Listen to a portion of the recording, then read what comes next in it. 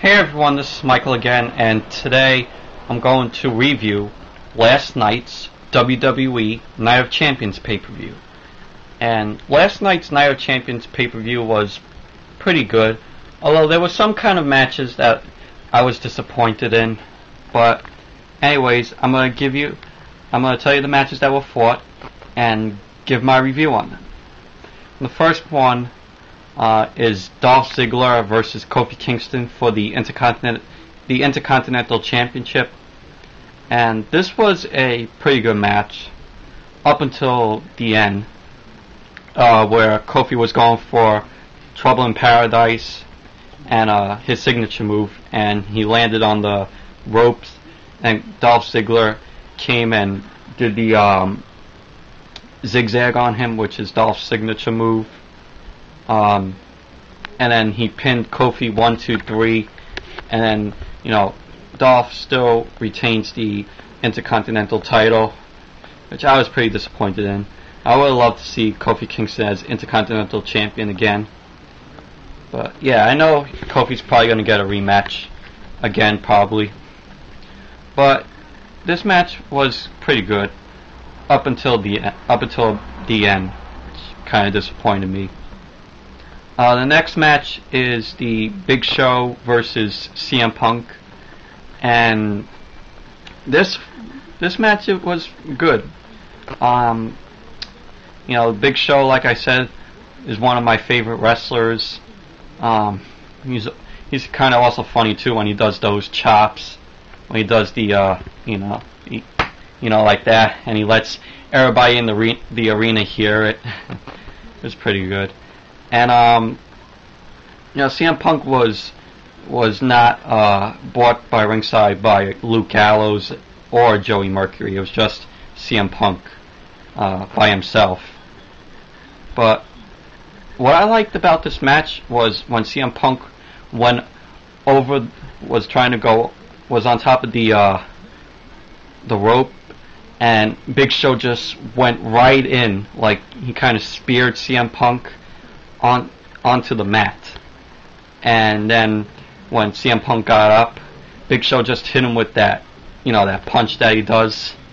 Yeah, and that ended the match, 1, 2, 3, and Big Show won. But it was pretty good, this match. I liked it. Next is the United States Championship match. It was Daniel Bryan versus The Miz, and this match, it was pretty good.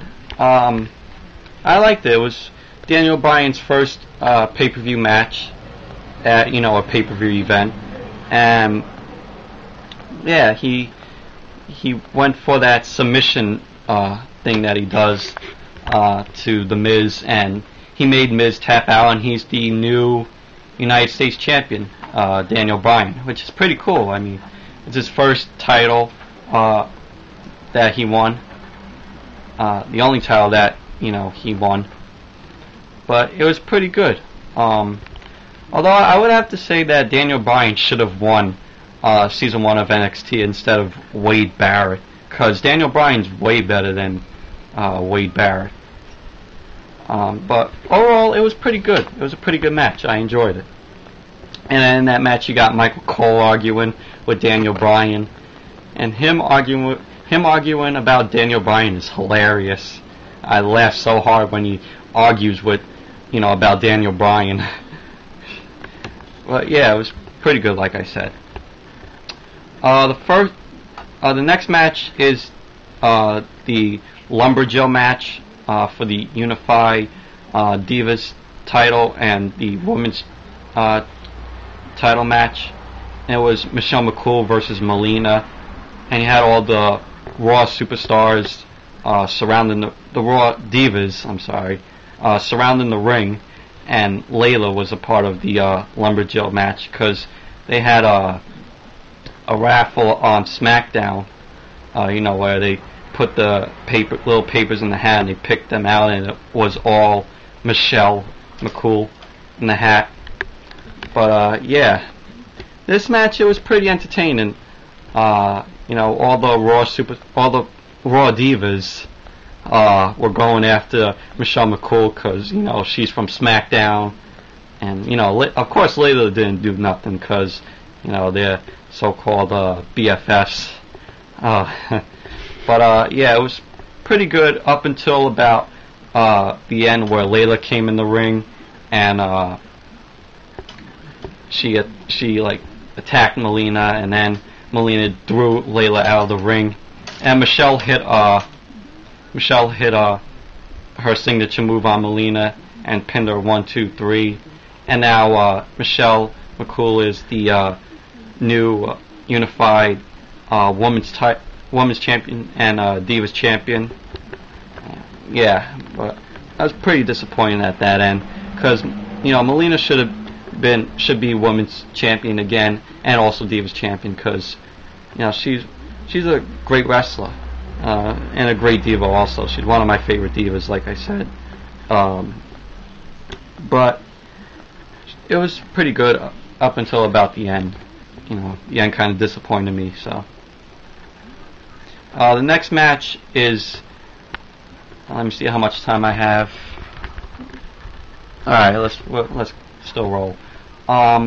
Next match was Kane versus Undertaker for the World Heavyweight Championship, and this is a pretty good match, I would have to say. Seeing two brothers go at it. Well, they're not brothers in real life, everyone knows that, but it's just in wrestling. It's part of the storyline. But yeah, it was pretty good seeing Kane and Undertaker fight together. They were, former tag team, the Brothers of Destruction, and yeah, it's kind of sad that they had to end that storyline with, the Brothers of Destruction, but because they were a great tag team. But it was pretty good. At the end you had Undertaker trying to do the Tombstone Pile Driver on Kane, and then Kane reversed it and did the Tombstone Pile Driver on Undertaker, which I thought was pretty good. I'm not gonna say that I don't like Kane. I mean, I think he's a good wrestler. But anyways, he pinned Undertaker 1, 2, 3, and he still retains the World Heavyweight Championship. But yeah, it was pretty good. Like I said, it was a pretty good match. The next is the Tag Team Turmoil match for the Tag Team Championships. And last night they introduced the new Tag Team titles. And they were held by the Hart Dynasty. And they had to verse the Usos for the titles. There was